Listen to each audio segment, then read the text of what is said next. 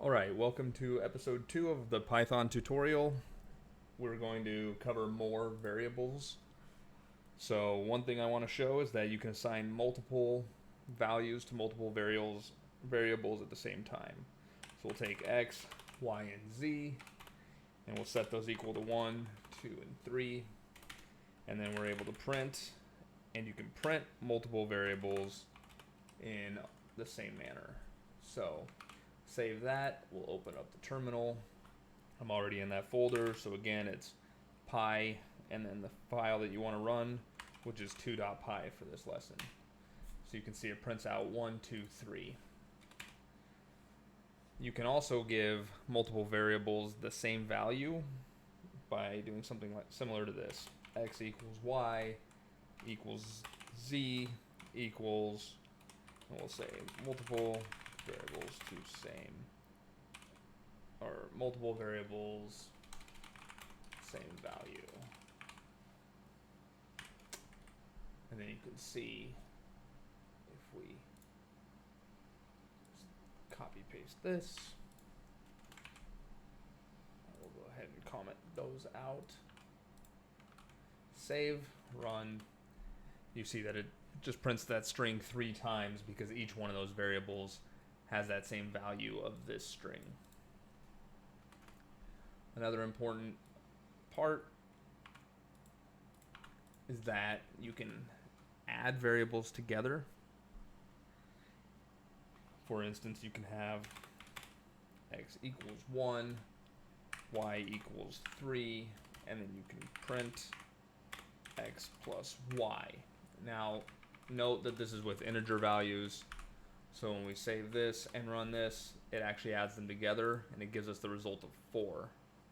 If we change these to words, first word, first, and then we'll do second here. I have a typo, always. Notice that I'm putting a space in here because it's actually going to do what we call concatenate these into one thing. So you'll see it here. So it makes it one string by concatenation. So that's very, very important, and that happens a lot. And so you're aware, we'll try it with an integer and a string, and you'll see that we will get an error if we try to concatenate them. So we'll go ahead and save, come down here, and you can see it's an unsupported operand type, the operand being the plus for integer and string. However, we can print both if you do a comma. So now you see it prints the values, the integer and the string, and it even adds a space. Okay, now we're going to cover what is called scope. So you have variables, and variables have scope. There is a global scope, which is a variable that can be accessed inside of a function, but the variable is declared outside. So the easiest way to explain that is just to show you. So if we have a variable named x, we assign it the value of I'm global. Then we'll build our first function in this tutorial. So we'll just call it first func. We won't be passing anything into that function if you're familiar with coding at all. Python is extremely important to note your indentation. So if you do not indent, it will not run.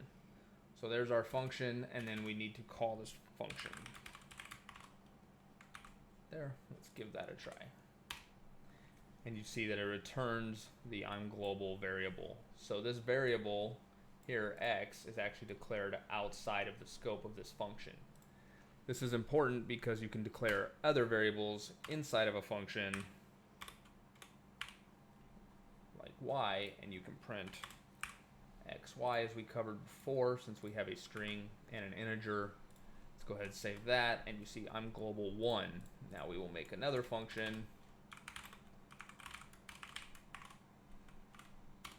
and we will ask this one to print y,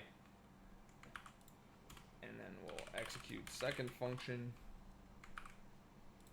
Go ahead, save, and you'll see that there is an error down here. It says y is not defined, and that is because y is defined inside of this function. It is not defined globally. So we do not have access to that y variable inside of our second function, which we're calling here, which is leading to that error. So this is the first that we've talked about, scope. Scope is incredibly important, and it's also very useful for writing programs that work well and don't have a bunch of variables that are named the same thing. Another important factor to think about when you're using a global variable is, let's again do this, and we'll have it print x for the first function. You will see that we have the access to that variable. So we'll call first func again. Then we'll write another function. We'll call it def second func. And you'll see here that if we make x equal to 2, and then we run second func,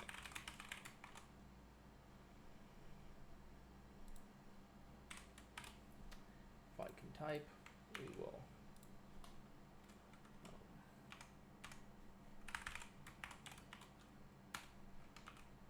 go ahead and save that, and you'll see when we run these, we get different output because we're overriding that global variable inside of this function. Another way to make a global variable, let's just go ahead and copy paste in here, and we'll show you. So instead of declaring the global variable out here, we are actually able to declare a global from inside of a function. And we can do that by just saying global. And then here we just select x. And then we can assign x a value. So we can say on global.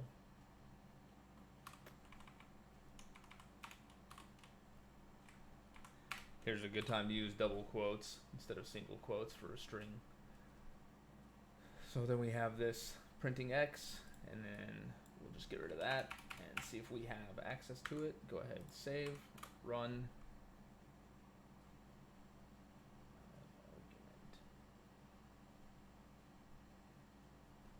Oh, I had a typo. So you see that it prints I'm global for both. So it prints x here and here. So even though x isn't declared outside of any function, this second function has access to x inside the first function because we're calling it globally.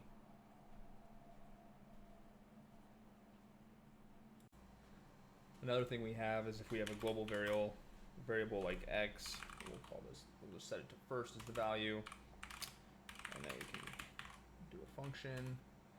We will use that global keyword again with x, and then we will set x equal to second, and then we can call that function, and then we can print x, save, and run it. And you notice that the value is second here. So even though it was originally declared as first, we overrode it by using that global keyword. We actually overrode this global variable here. This print function is not calling this variable inside of first function at all. It's actually calling this variable up here. And you can see that the value is second. Alright, that pretty much sums up our variables. And now I am using w3schools.com, their Python curriculum, to help teach this course. If you would like to do the exercises, you can go to w3schools.com/python_variables_exercises.asp. I will leave a link in the description below. I would recommend completing these exercises. They give you good examples. You get to submit the answers and see what the results are.